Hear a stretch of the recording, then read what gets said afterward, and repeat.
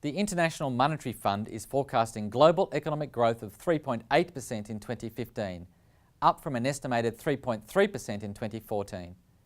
This growth is expected to be led by the US, with growth in Europe and Japan likely to remain very disappointing. Economic growth in China is expected to slow to around 7% or perhaps a bit lower, from closer to 7.5% in 2014. But this will be a good outcome. The IMF is also expecting only a modest decline in inflation in 2015.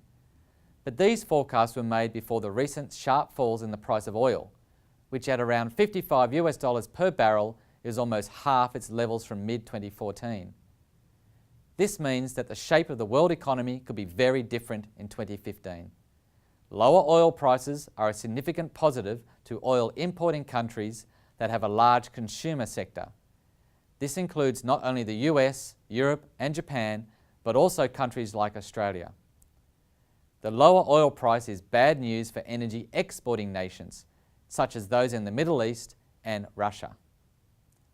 The weak growth outlook in Europe and Japan is expected to see both central banks keep interest rates at zero and embark on more aggressive quantitative easing programs.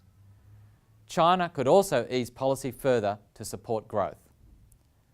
All this is likely to keep global bond yields relatively low, supporting other markets. The US dollar is expected to be the strongest of the major currencies this year, especially against the euro and the yen.